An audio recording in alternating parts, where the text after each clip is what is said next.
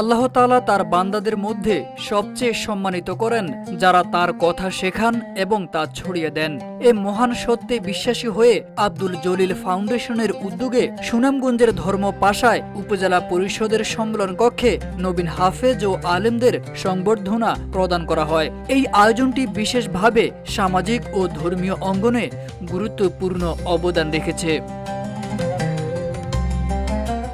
অনুষ্ঠানের শুরুতে ফাউন্ডেশনের চেয়ারম্যান আব্দুল জলিল উদ্বোধনী বক্তব্য দেন। তিনি বলেন, নবীন হাফেজ ও আলেমরা আমাদের সমাজের অমূল্য রত্ন। তাদের এই অর্জন আমাদের জন্য গর্বের বিষয়।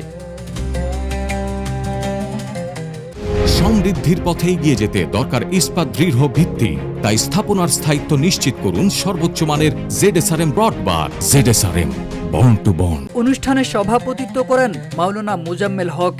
প্রধান অতিথি হিসেবে উপস্থিত ছিলেন উপজেলা নির্বাহী কর্মকর্তা জনি রায়। তিনি নবীন হাফেজদের শ্রদ্ধা জানিয়ে বলেন, এই ধরনের উদ্যোগ আমাদের সমাজের প্রতি দায়িত্বশীলতার প্রতিফলন।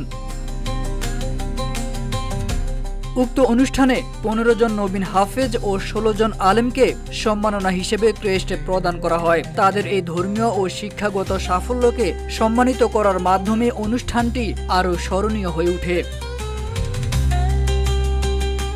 এছাড়াও 31 জন দরিদ্র মেধাবী শিক্ষার্থী এবং 5 জন শারীরিক প্রতিবন্ধী শিক্ষার্থীকে নগদ অর্থ সহায়তা হিসেবে 1000 টাকা করে মোট 36,000 টাকা প্রদান করা হয়। ফাউন্ডেশন কর্তৃপক্ষ এই আর্থিক সহায়তা দিয়ে সমাজের দুর্বল অংশকে সহায়তা করার চেষ্টা করেছে।